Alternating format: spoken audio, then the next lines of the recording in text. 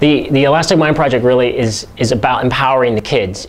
And at the same time, changing the way they think, the way they act, the way they behave, and that will replicate into the community, and at the end, it will reshape society. At this point, I think this project is a project that is really going to bring him not just hope, but hopefully the necessary tools they have to come out of that community.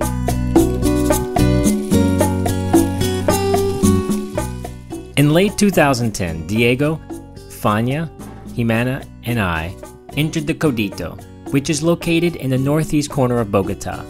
We wanted to expand our understanding of the economic dichotomies of Bogota. And why was Codito there?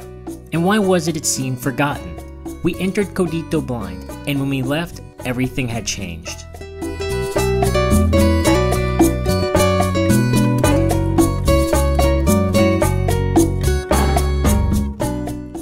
As we entered the barrio, we found ourselves surrounded by a cacophony of hastily constructed brick, wood, and metal buildings, sometimes built one on top of the other, with little rhyme or reason. The roads we took up the Codito were like a maze more than anything else. They are steep and extremely winding. They offer the uninitiated and almost impossible navigation task.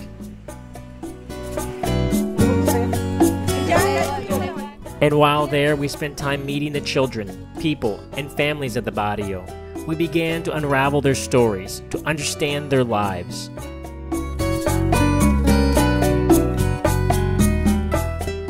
We were graciously invited into their homes, into the homes of those living on the edge of society and of survival.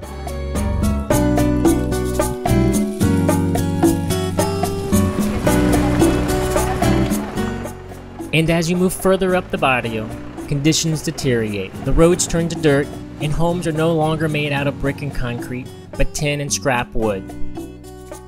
Yet even in these desperate conditions, the hope and joy of the people living there comes through, be it in the colorful paint that covers the barely standing homes, to the vivacious smiles on the children's faces as they play.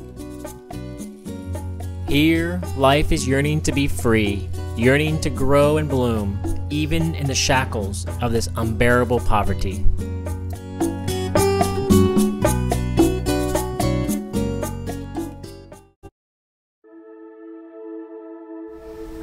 After we visited the barrios and we were exposed to the very sad and poor conditions of these kids, we realized that we needed to implement change. We knew we need to do something radical, something different. That's where we introduced the concepts of neuroplasticity.